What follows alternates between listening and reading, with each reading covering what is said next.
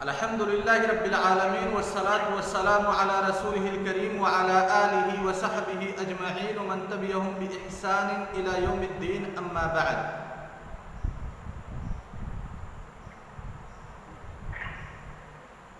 ہم پڑھائی کر رہے ہیں کہ اسلام نے مال کو کس نقطۂ نظر سے دیکھا ہے، مال کی اسلام کے نزدیک کیا اہمیت ہے اور مال کی حقیقت اسلام کے نزدیک کیا ہے۔ بتلایا گیا تھا کہ اسلام مال کو دو ناحیے سے دیکھتا ہے۔ پہلا ناحیہ ہے کہ انسانی زندگی کی بقا کے لیے مال بہت ہی اہم ہے، اور اس دنیاوی زندگی کی بقا کا انحصار مال کے اوپر۔ ایک ناحیہ یہ تھا۔ دوسرا ناحیہ کہ یہ مال کچھ لوگوں کو فتنے میں ڈال دیتا ہے، لہذا جہاں مال دنیاوی زندگی کی بقا کا سبب ہے، وہیں پہ مال بہت سے لوگوں کے لیے ہلاکت کا اور بربادی کا باعث بھی ہے۔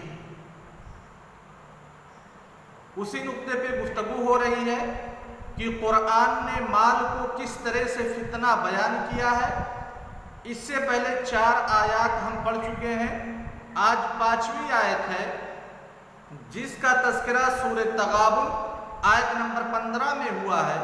اللہ تبارک و تعالی مال کی حقیقت کو اجاگر کرتے ہوئے اس آیت میں ارشاد فرماتے ہیں، انما اموالکم و اولادکم فتنہ واللہ عندہ اجر عظیم۔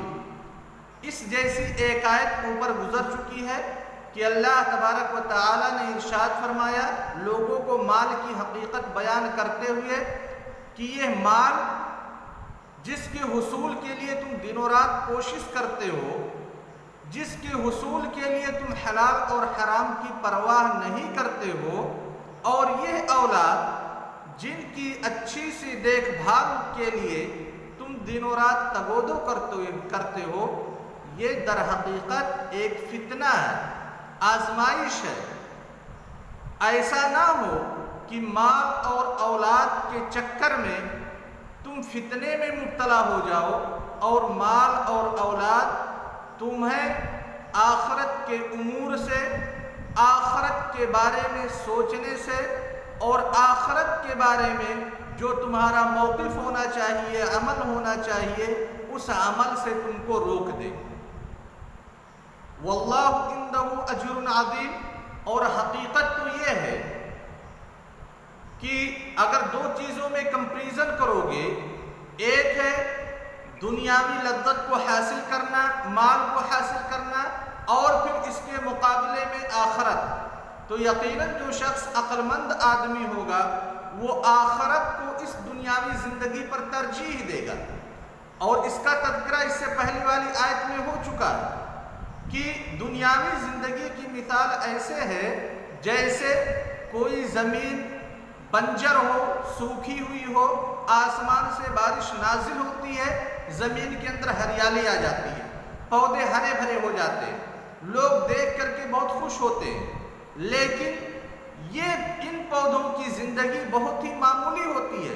ایک وقت ایسا آتا ہے کہ پودے سوکھ جاتے ہیں، پیلے پڑ جاتے ہیں، اور پھر وہ گھاس پھوس بن کر کے ہوا میں اڑ جاتے ہیں۔ ایسے دنیاوی زندگی کی مثال ہے کہ جو چیز آپ کو چاہیے جب تک نہیں ملتی ہے آپ اس کے لیے بہت پریشان ہوتے ہیں، جب مل جاتی ہے وہ چیز زیادہ دنوں تک یا زیادہ وقت تک وہ چیز آپ کے پاس باقی نہیں رہتی، زیادہ سے زیادہ ہوگا 60 سال، 70 سال، 80 سال آپ اس نعمت سے فائدہ اٹھائیں گے، اس سے لطف اندوز ہوں گے، اس کے بعد آپ کی زندگی ختم اور وہ نعمت بھی ختم۔ لہذا اس زندگی کے مقابلے میں جب آخرت کی زندگی آتی ہے، جہاں یا تو اللہ تبارک و تعالیٰ نے عذاب تیار کر کے رکھا ہے، یا تو اللہ تبارک و تعالیٰ نے مغفرت اور اپنی خوشنودی تیار کر کے رکھا ہے، تو آخرت کے مقابلے میں دنیاوی زندگی کی کوئی حقیقت نہیں ہے۔ جیسے اللہ تبارک و تعالیٰ کی ذات کے مقابلے میں، اللہ تبارک و تعالیٰ کے عرش کے مقابلے میں، اللہ تبارک و تعالیٰ کی کرسی کے مقابلے میں، آسمانوں کے مقابلے میں اس زمین کی کوئی حقیقت نہیں ہے، ویسے ہی آخرت کے مقابلے اس دنیا کی کوئی حقیقت نہیں۔ لہذا ایک عقل مند آدمی آخرت کے مقابلے میں دنیا کو کبھی ترجیح نہیں دے گا۔ چھٹی آیت اللہ تبارک و تعالیٰ نے سورہ علق میں بیان کی ہے۔ اللہ تبارک و تعالیٰ سورہ علق آیت نمبر 6 میں ارشاد فرماتے ہیں کلا ان الانسان لیطغی ان رآہ استغنی۔ یہ آیت تو آپ لوگوں کو یاد ہی ہوگی۔ کلا ان الانسان لیطغی ان رآہ استغنی۔ اللہ تبارک و تعالیٰ حقیقت بیان کر رہے ہیں ایک انسان کی سرکشی کی، کہ ایک انسان اکثر و بیشتر سرکش کیوں ہو جاتا ہے؟ کہتے ہیں جب اس کے اندر بے نیازی کی صفت پیدا ہو جاتی ہے کہ وہ کسی دوسرے کا محتاج نہیں ہے، یعنی امیری آ جاتی ہے، مالداری آ جاتی ہے، تو پھر وہ انسان سرکشی میں مبتلا ہو جاتا ہے۔ اور یہ حقیقت ہے، اس حقیقت سے کوئی انکار نہیں کر سکتا۔ اگر آپ کامن لوگوں کو دیکھ لیں جو متوسط طبقے کے لوگ اور فقیر لوگ اور پھر ایک طبقہ ہو گیا مالداروں کا، اگر ان تینوں کے اندر کمپریزن کریں گے، موازنہ کریں گے کہ ان میں سے کون سا طبقہ اپنے دین کے تئیں زیادہ مخلص ہے یا اپنے دین کے بارے میں کون سا طبقہ زیادہ سوچتا ہے، تو پھر ہندوستان کے ماحول میں پائیں گے کہ جن کے پاس پیسہ آ گیا، مال و دولت آ گئی، وہ گویا اسلام کو ایک بوجھ سمجھنے لگے۔ چند ہی لوگ ایسے ملیں گے جن کے پاس پیسہ بھی ہے، وہ صاحب مال بھی ہے، لیکن اسلام کی محبت کو اپنے سینے میں جمائے ہوئے ہیں۔ اس کے بالمقابل جو فقیر ہیں بیچارے، جن کے پاس بس کھانے پینے کے لیے کچھ چیزیں میسر ہیں، اس کے علاوہ تو کچھ ہے نہیں زندگی میں، ان کے یہاں دینداری آپ کو زیادہ دیکھنے کو ملے گی۔ وہ اللہ تبارک و تعالیٰ سے زیادہ رجوع کریں گے، اللہ تبارک و تعالیٰ کے دربار میں زیادہ حاضری دیتے ہیں۔ تو یہ حقیقت اللہ تبارک و تعالیٰ نے سورہ علق آیت نمبر 6 آیت نمبر 7 کے اندر بیان کی ہے کہ جب انسان کے اندر بے نیازی کی صفت پیدا ہو جاتی ہے تو سمجھنے لگتا ہے کہ اب ہمیں کسی چیز کی ضرورت نہیں ہے، اور پھر اس کے نتیجے میں وہ انسان سرکش ہو جاتا ہے۔ شریعت نے ایک حد مقرر کیا ہے، ایک لمٹ بتلائی ہے ہر ایک چیز کی، ان حدود کی، ان لمٹس کو وہ کراس کرنے کی کوشش کرنے لگتا ہے۔ اللہ تبارک و تعالیٰ نے 7ویں مقام پہ ارشاد فرمایا سورہ تکاثر آیت نمبر 1 2 3 میں، کہتے ہیں اللہ تبارک و تعالیٰ الہاکم التکاثر، الہاکم یعنی غافل کر دیا، کس چیز سے غافل کر دیا؟ اللہ تبارک و تعالیٰ کی اطاعت سے۔ کون سی چیز نے غافل کر دیا؟ التکاثر۔ تکاثر یہ باب تفاعل سے ہے جس میں کثرت کا معنی پایا جاتا ہے، یعنی تمہارے مال کی طلب نے، تمہارے اولاد کی طلب نے، تمہارے فخر و غرور کے طلب نے تم کو غافل کر دیا اللہ تبارک و تعالی کی اطاعت سے۔ اور کب تک تم غافل رہے؟ حتی زرتم المقابر، یہاں تک تم مال و دولت کے حصول کے لیے تگودو کرتے رہے، حلال اور حرام کی تفریق نہیں کی، صرف اپنی پراپرٹی بناتے رہے۔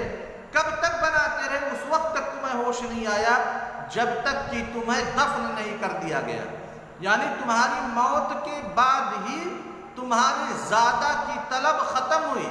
نہیں تو ہمیشہ ہمارے پاس اتنے پیسے ہیں، اس پیسے کو ہم کس بزنس میں لگائیں، چاہے وہ سود کا بزنس ہو، چاہے انٹرسٹ کا بزنس ہو، یا لون کا ہو، یا پھر کسی نشہ آور چیز کی خرید و فروخت کا ہو، تم اپنے پیسے کے بڑھوتری کے لیے حلال اور حرام کی بغیر تفریق کیے ہوئے تگودو کرتے رہے، کوشش کرتے رہے، یہاں تک کہ ایک وقت ایسا آیا جس وقت میں تم کو یہ دنیا چھوڑ کر کے جانا پڑا، اور پھر تم زمین کے اندر دفن کر دیے گئے۔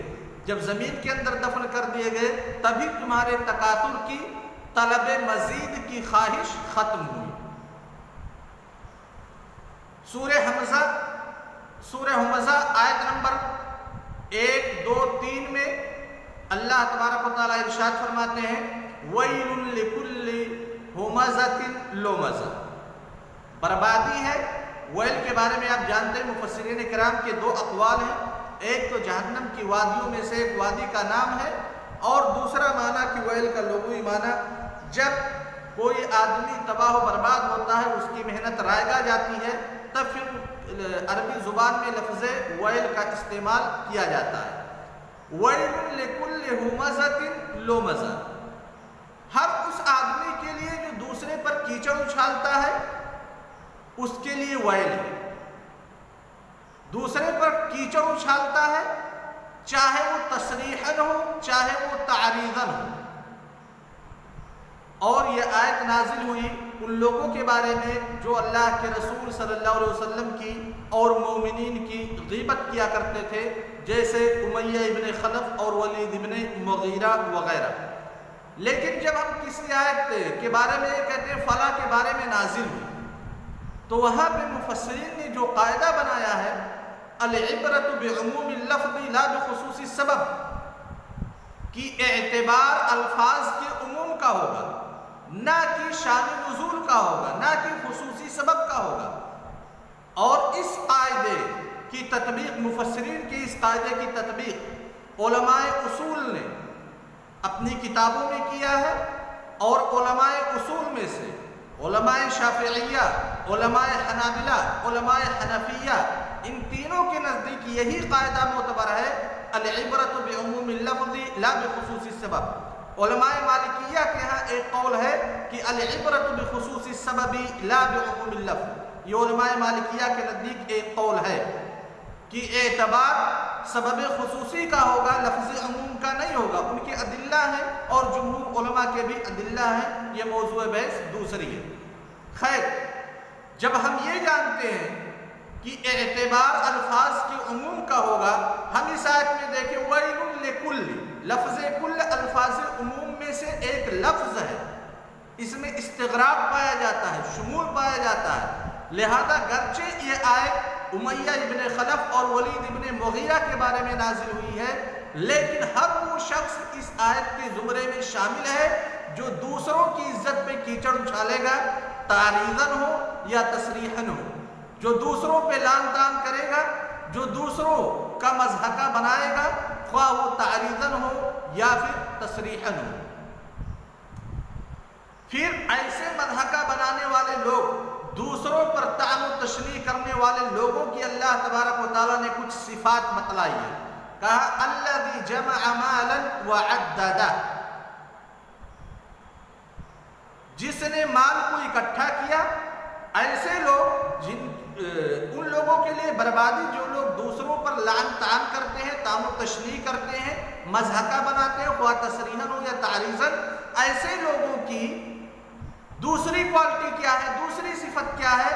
الذی جمع مالا، جو لوگ مال کو اکٹھا کرتے ہیں۔ مال کو اکٹھا کرنا کوئی معیوب چیز نہیں ہے، اس سے پہلے آپ کو بتلایا جا چکا ہے کہ مال ضروریات خمسہ میں سے ایک ہے، جس کی حفاظت کرنا ہر ایک انسان کی ذمہ داری ہے۔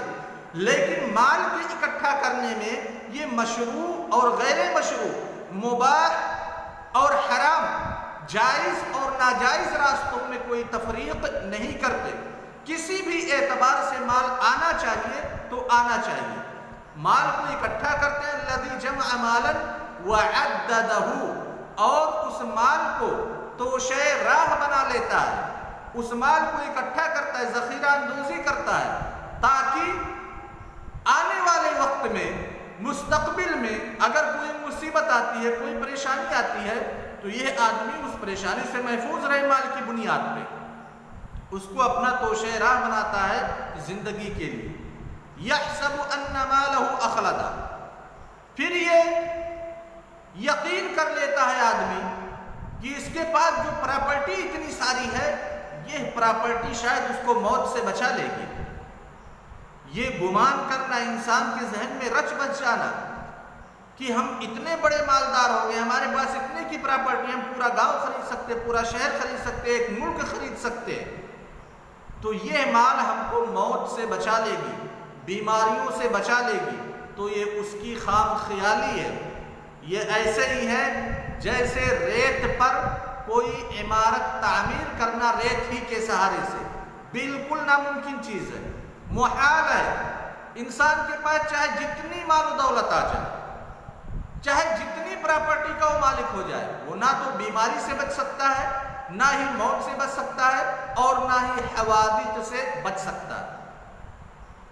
اور اس کی ایک کلپ انشاءاللہ آپ لوگوں کو بھیجیں گے مائیکل جیکسن کے بارے میں، کہ مائیکل جیکسن نے اپنی صحت کا کتنا خیال کیا، کتنے ڈاکٹرز اس کے پاس ہوتے تھے صرف اس کی باڈی کے چیک اپ کے لیے ایک دن میں، لیکن اس کے باوجود بھی اچانک اس کا انتقال ہو گیا۔ یحسب ان مالہ اخلد کلا، اللہ تبارک و تعالیٰ نے نفی کر دی تاکید کے ساتھ۔ اگر یہ خیال کرتے ہو کہ مال تم کو خلود کی زندگی عطا کر دے گا اس دنیا میں، کہ تم ہمیشہ باقی رہو گے، کلا، ایسی بات ہرگز نہیں ہے۔ لَيُنبَذَنَّ فِي الْحُطَمَةِ، ایسی جگہ پہ لوگ پھینکے جائیں گے مرنے کے بعد کہ ان کی ہڈیاں جہاں پہ چور چور ہو جائیں گی۔ یہ چند آیات تھی جس میں اللہ تبارک و تعالیٰ نے مال کو ایک فتنہ قرار دیا، اور ہم سمجھ چکے ہیں کہ فتنہ کا مطلب کیا ہے۔ اب آگے انشاءاللہ جو بحث آ رہی ہے، جو ذیلی عنوان قائم کیا گیا تھا کہ ان آیات کا مدارسہ، جو آیات ان لوگوں کے بارے میں تذکرہ کرتی ہیں جو لوگ مال کے فتنے میں پڑے اور اپنی آخرت کو ان لوگوں نے برباد کر لیا۔ اور یہ درس انشاءاللہ کل۔ السلام علیکم ورحمۃ اللہ وبرکاتہ۔